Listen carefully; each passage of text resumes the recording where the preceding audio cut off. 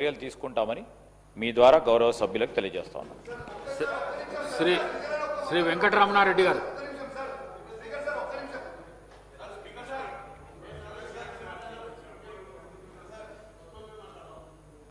ధన్యవాదాలు అధ్యక్ష.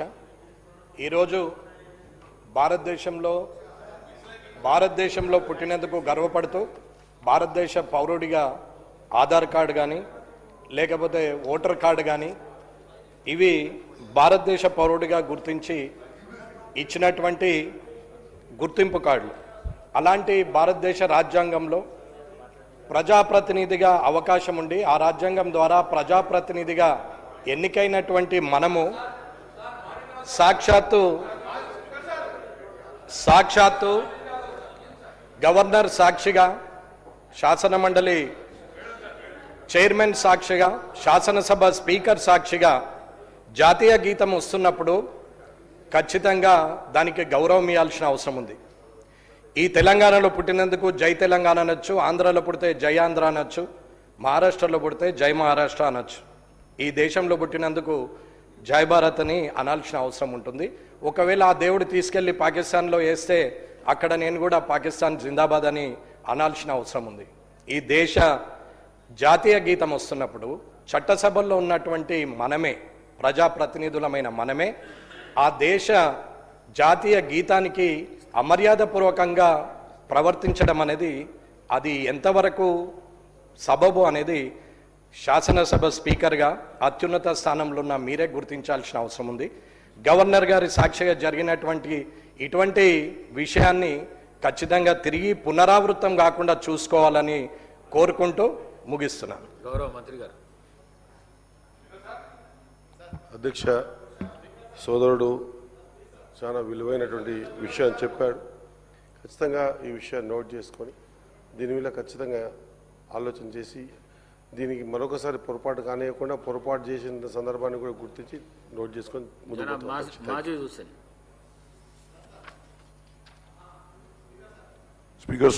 स्पीकर साहब, मैं तहे दिल से आपका शुक्रगुजार हूं कि आपने 0 ओवर में हमें अपने कॉन्स्टिट्यूंसी के ताल्लुक से बात करने का मौका दिया.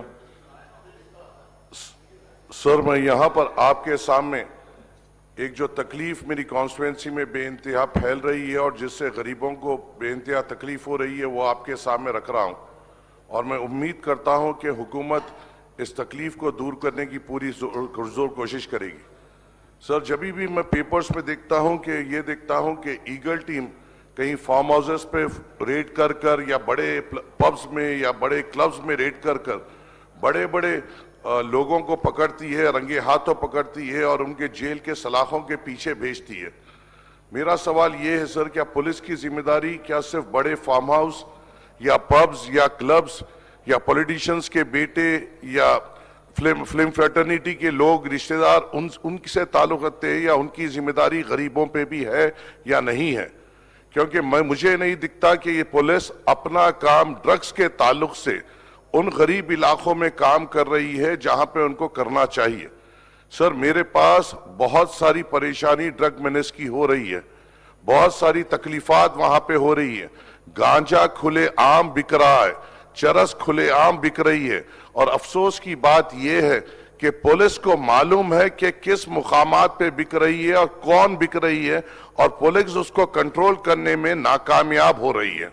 इससे हम क्या सबक ले सर, हमारे पास जो मल्लापल्ली में सादत ग्राउंड हो या मल्लापल्ली में भारत ग्राउंड हो या मुजाहिद ग्राउंड हो या इसके अतराफ के अकनाफ के इलाके, आसिफ नगर इलाका हो या फसलानसर ईदगाह इलाका हो या कोई ग्रेवयार्ड हो नामपल्ली में या कोई प्लेग्राउंड हो या कहीं भी ओपन स्पेसेस हो, हर तरीके से ये ड्रग मेनेस फैल रहा है. और जो सस्ता ये शौक करते हैं गांजा, चरस का और व्हाइटनर का, ये लोग वहां पर शरीफ लोगों का और गरीब लोगों का जीना दुश्वार कर रहे हैं.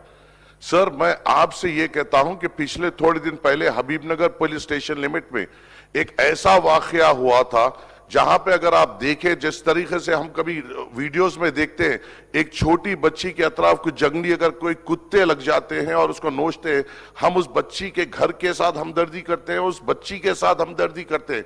ऐसे ही एक 12 साल की बच्ची को करीबन 5-7 ये गंजोटी घेर लिए थे, जहां पर मैं फौरन भाग लेते गए और वहां पर जाकर हमने उनको जो सबक देना था वो दिया। सर ये काम तो पुलिस का है ना, एमएलए का तो नहीं है। ये काम तो पुलिस का है, इलेक्टेड रिप्रेजेंटेटिव्स का नहीं है। क्या इसलिए गांजे को नहीं पकड़ा जा रहा है क्योंकि 1 ग्राम कोकीन पकड़ना बहुत अच्छी बात है? 1 ग्राम कोकीन के पैसों के बनिस्बत 100 कई किलो गांजा पकड़ना पड़ता है। पुलिस को अपनी शोहरत के साथ साथ गरीबों के लिए भी काम करना पड़ेगा। सर मुझे तो कहीं फर्क नहीं दिख रहा। मैं हर प्लेटफॉर्म पर, चाहे कौन से भी पुलिस अहदेदारों के सामने, मैंने गांजा के ताल्लुक से, हमारी कॉन्स्टिट्यूंसी नामपल्ली के ताल्लुक से एक स्पॉट आइडेंटिफाई करते हुए पुलिस महकमे को दिया, मगर अफसोस की बात है एक भी जगह पे कुछ काम नहीं हो रहा है। और अफसोस की बात तो यह है सर कि पुलिस गरीब को डराती है और पुलिस गंजोटियों से डरती है। जब गंजोटी को पकड़ रही है वो अपने हाथ से, वो ब्लेड से अपने हाथों पे मार रहा है और पुलिस ये डर के छोड़ दे रही है, अरे हमारी कस्टडी में इसको कुछ हो जाएगा तो हम सस्पेंड हो जाएंगे। पुलिस उसको लॉकअप में नहीं डाल रही है ये सोचकर अगर ये नशे की हालत में अपने आप को कुछ कर लेगा तो हमारी नौकरी चली जाएगी। ऐसा डरपोकपना सिर्फ गंजोटियों के साथ सब, फिर गरीब के ऊपर तो पूरी तौर में आते हैं और जुल्म करते हैं, गरीब को डराते हैं और गंजोटियों से डरते हैं सब। ये कौन सा कानून वाले हैं सर?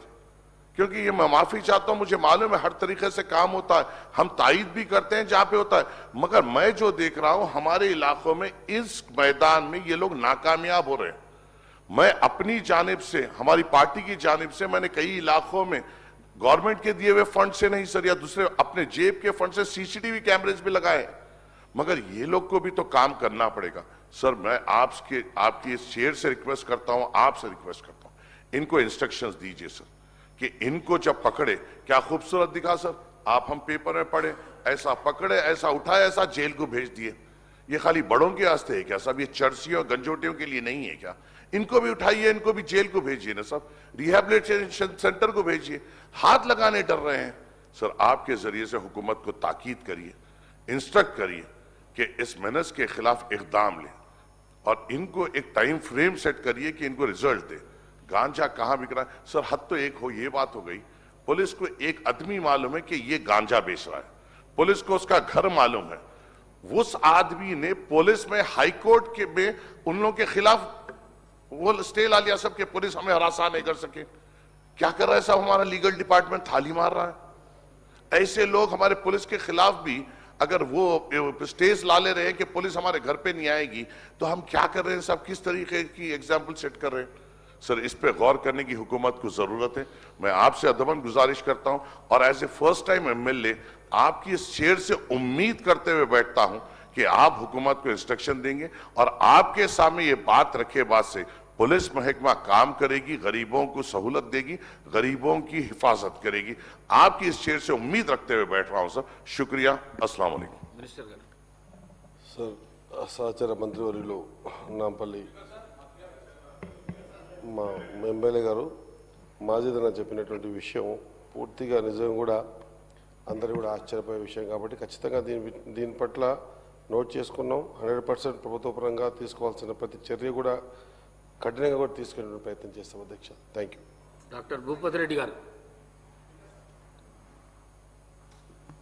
ధన్యవాదాలు అధ్యక్ష।